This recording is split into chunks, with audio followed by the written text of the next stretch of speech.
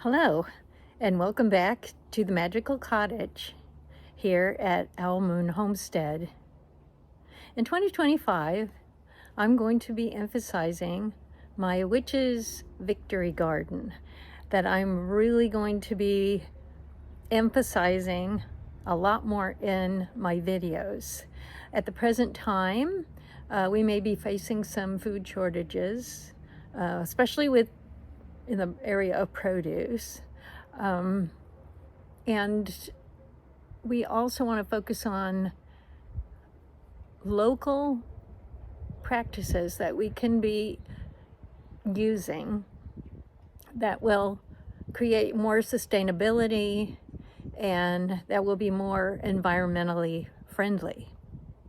So if you're new to the channel, I hope you subscribe so you can get more tips for how to do at least a little bit of growing your own.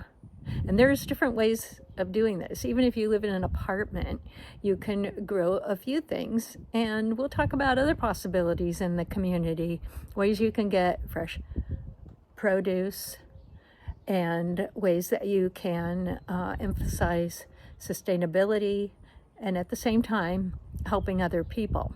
I'll also be going into ways to use things herbally and raising herbs for your own practice, and making things like salves and teas and other things that are going to be helpful and allow you to be a little bit more self-sufficient and able to maybe share with others in your community. We might want to even get back into the bartering system, but there's a lot going on. I already had a pretty good start on growing my own, but now I'm really going to focus on that more, and in upcoming videos I'll be showing you various things that you can be doing in the environment and perhaps in your own yard to promote your own self-sufficiency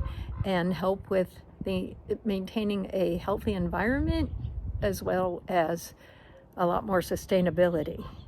So I'm not going to go into all the politics. We all know what's been going on.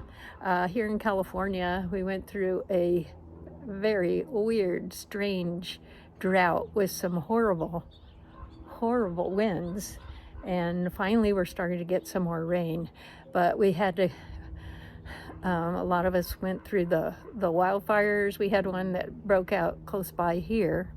I'm in Southern California, and fortunately they were able to get a handle on that one right away, but there are a lot of people that are hurting right now. So that would be something to focus on how you're going to help in your own little community where you live, and how you can be more self-sufficient. Because remember, witches are very self-sufficient. If you're not a self-sufficient person, then you either need to learn how to be that way or to move on to a different path, I guess. I don't know, but a witch is always very self-sufficient. So we're going to be focusing on that this year and hopefully into the future. One thing I want to mention is that I am vegan, and so I do not raise chickens, and I do not raise bees. I have a lot of bees here, and they're great pollinators, so I'm really into helping the pollinators, but I don't raise bees. So I'm sure there are other YouTube videos that you can consult if that is something that you really want to do. Okay, so let's get started. I'm going to show you around and show you a few things that I have either just set up or some things that I've already established, and also ways that even if you don't have a big yard, that you can do what you need to become more self-sufficient and create your own witch's victory garden. By the way, victory gardens are kind of an old-fashioned idea, but they started back in World War I and then they continued into World War II. And it was to basically raise your own food during troubled times and allowing people to get the proper nutrition that they needed to sustain themselves and to be able to share with others in the harvest. So I'm going to bring that back, that term, call it the Witch's Victory Garden here at OwlMoon Homestead. So if you are not a subscriber and you just kind of stumbled onto my channel, I hope if you enjoy this video and are looking forward to more that you will like and you will subscribe and get notifications about future videos. So we're going to start on this new path, and hopefully it's going to be something very enlightening and rewarding for us all. So here is something new that I am introducing to my homestead here, and that is a greenhouse. I had a little mini one that I was using to start seeds in, but now I think I'm going to really try to expand, starting things from seeds and cuttings. And I have a few things started right now, but I'm really going to start getting into more of the seeds, growing things from seeds in the very near future. Outside, I have this old wooden table that I have put outside to work on, so it's a really nice area where I can pot things and do my seed starting for my vegetables, and possibly some fruits too. I like to save cardboard. There's cardboard right here, but I'm going to show you in a minute how I set up my garden beds using cardboard. And just remember that when you're about to throw something away or put it in the recycle bin, think of a way that you might be able to use it and repurpose it to benefit your area where you're going to be gardening. So here's a peek inside of the greenhouse. You can see that I have started some seedlings here, and my Swiss chard is starting to sprout. I highly recommend growing chard. It's a very easy to grow food, and you can put it in stir fries, you can put it in soups. It's one of those great reliable things. I've started some other things over here. Oh, Malabar spinach. It grows in a vine. You can harvest the leaves. Very highly nutritional. And I'm going to try my hand at some edamame, so I just started a 6-pack of those. They can also be grown in the ground. So just a little peek at getting started inside the greenhouse. I'll go into seed starting in another video. So the greenhouse I showed you was by the house, very close to the kitchen. And I have these, what they call them, veg trugs. They're actually raised bed planters. And we were able to get some drip irrigation going in there. So I have 2 of them. So if you have some space on a patio or somewhere like that, these are a good investment. Okay, so I'm growing my salad greens in here, and they will get me through the winter. I actually buy them in 6-packs sometimes. Next year I'll probably start them in 6-packs earlier on. And then these little seedlings right here are also lettuce. So I will continue the harvest. And here are a few herbs I put in there. I may be transplanting those and expand my salad garden here. But I want to show you down here. I have a big pot, and this is horehound. I took a cutting of it and got it started, and now it's really growing bigger. So what I can do is I can make some more cuttings and start more plants, and I'll have horehound, which is really good for respiratory ailments, and of course you can use it magically. And I'll have extra plants to give to other people. So that's a good way to help your community, is with pass along plants. I've got other things started here in pots. I have rue, another favorite, especially in Strega. This is a dragon fruit. I'm really going to try to get some fruits off of it this year. And I love to have flowers. My roses are kind of not blooming right now, but they will be very soon. Over here, I have some cherry tomatoes that I planted last fall in grow bags. Now I can do that here in California. If you grow or are growing where there's a lot of snow, freezing weather, then you probably wouldn't be able to do tomatoes outdoors at this time of year. But for SoCal, tomatoes will grow, and they will often winter over. They're kind of like a tender perennial, I guess they would call it. Okay, so that's up by the house. So here's another view of the tomato that's growing in a grow bag. And they're actually fabric bags that can be used for a very long time. You fill them with soil and you can grow some great vegetables in them. They come in all different sizes. They have ones for strawberries as well that have holes in the side. So I'll probably be doing more videos on using grow bags, but they will fit on a patio, and they are a great new invention that people are starting to use a lot. Down here I have some catnip that's just taking over. They're wonderful for the kitties, and a very calming tea as well. I want to emphasize making your home, your area, your apartment balcony as wildlife friendly as possible. Put out water for birds and insects, and make your environment friendly to all sorts of wildlife. You know, people don't pay enough attention to their environment, and they don't notice that there are so many lovely animals, birds, butterflies, bees around them. So this area behind our deck really needs a lot of pruning and manicuring, and I do have some fruit trees growing here, so I really want to get busy doing this kind of pruning of all the plants around them. A couple of years ago I planted this apricot tree, and it has been really, really wonderful. Find out what will grow in your area, okay? Because this has been such a blessing to have all these apricots. I've had them for the last couple of years, and this particular one, I think it's a royal apricot, it just took off and has been doing so wonderfully. So grow things that will grow in your area. Okay, that's one thing I want to emphasize. Don't try to grow things that really don't survive where you live.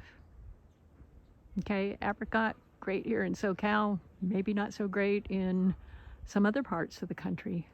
Lavender has been wonderful here as a pollinator, friendly plant, and it loves it here. This is kind of a Mediterranean climate we live in, and it's growing very happily by this lemon tree. I'm really going to try to work on getting some of the other citrus to grow here. I need to discover what is going on with the soil here, because neighbors have great citrus trees, and on this particular plot of land here, things have not been doing as well. So I'm probably going to be needing to figure out why my citrus isn't thriving as it should. So I'll be letting you know. You can see I did get a few lemons on this tree, but I'd like to have more. So we've been living here less than 10 years now. And when we first moved here, that was all very wild down there at the bottom of the hill. And we were able to manifest these steps going down the hill at a very good price. Got somebody to put those in. We have about 1/3 of an acre, and I have several fruit trees that I planted on the hillside. The plums give us a really pretty good yield. See, everything's really dormant right now in February, and I need to get out there and do a little bit of weeding. So this is permaculture we're talking here.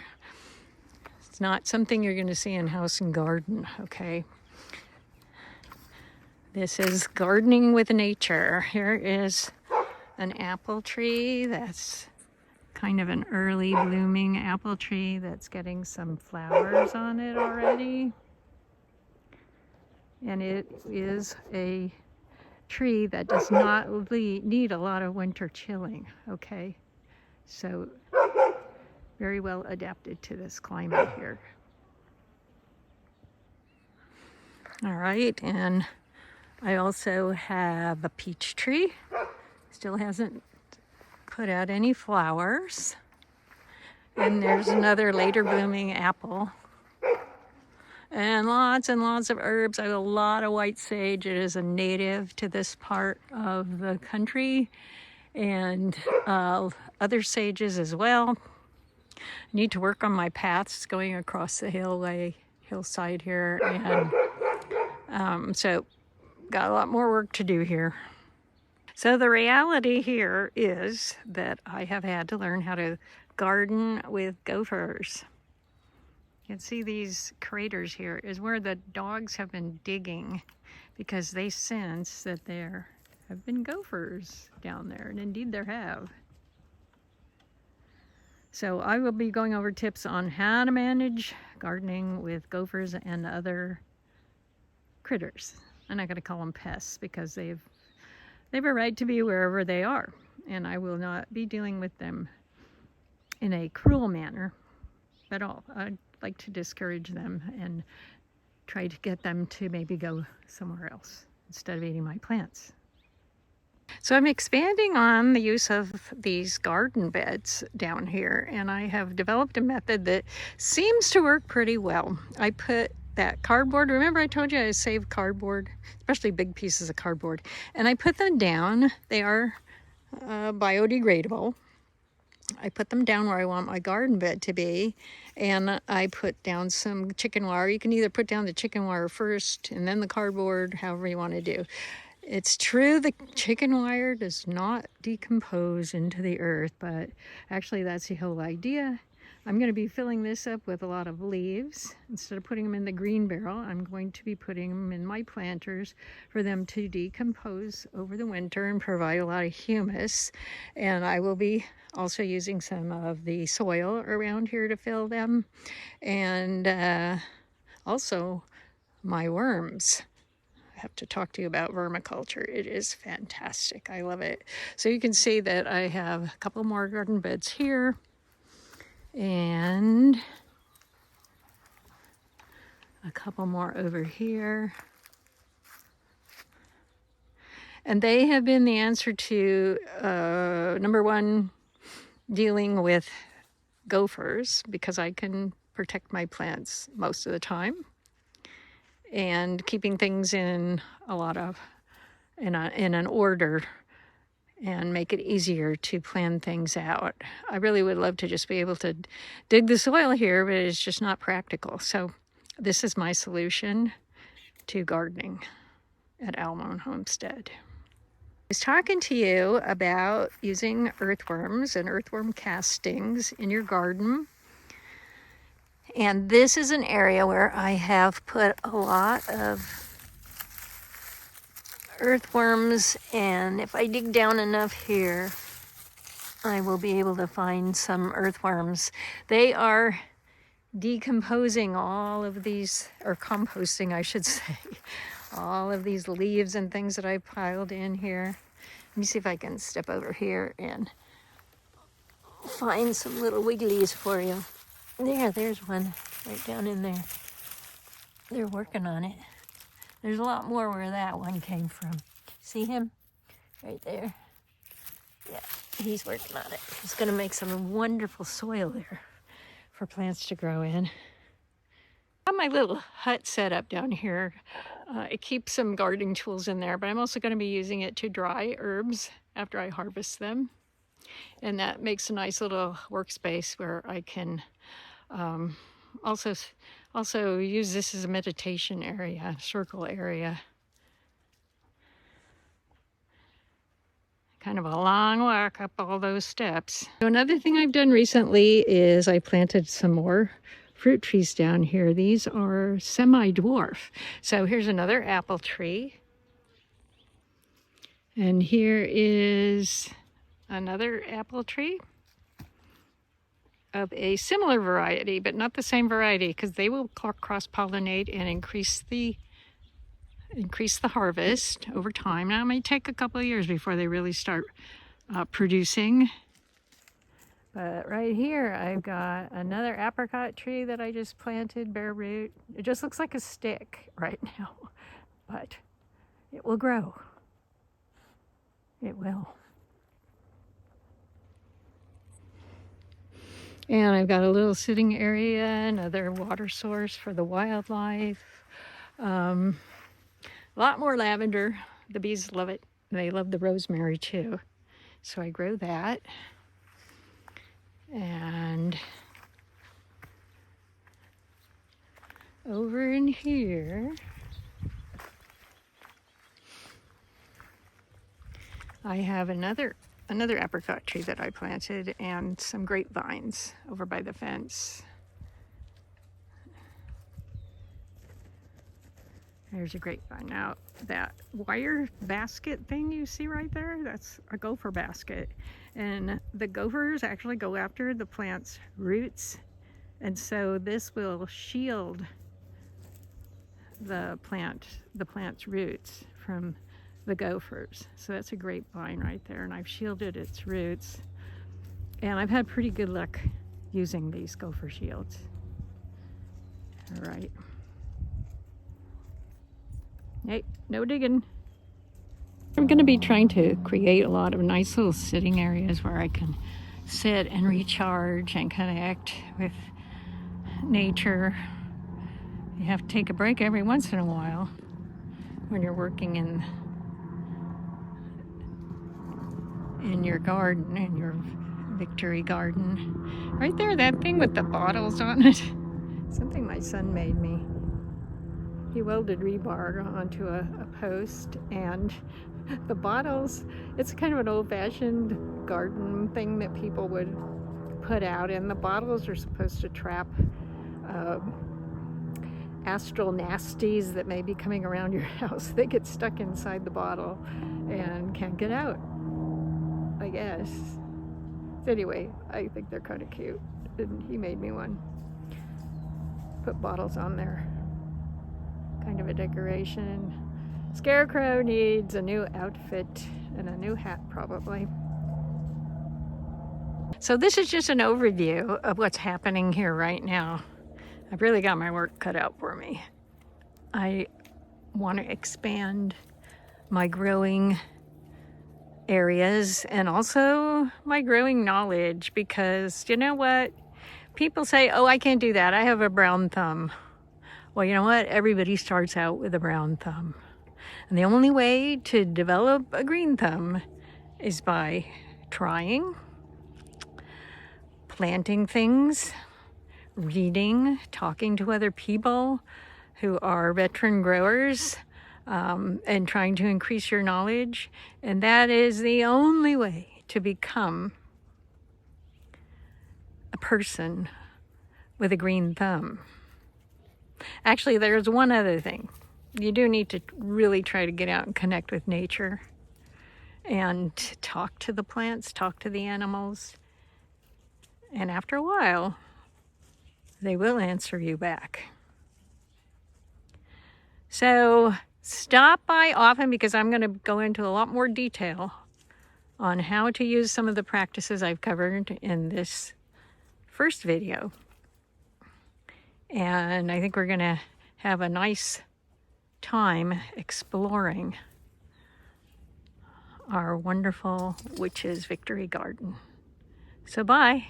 Until next time, and don't forget to like and subscribe.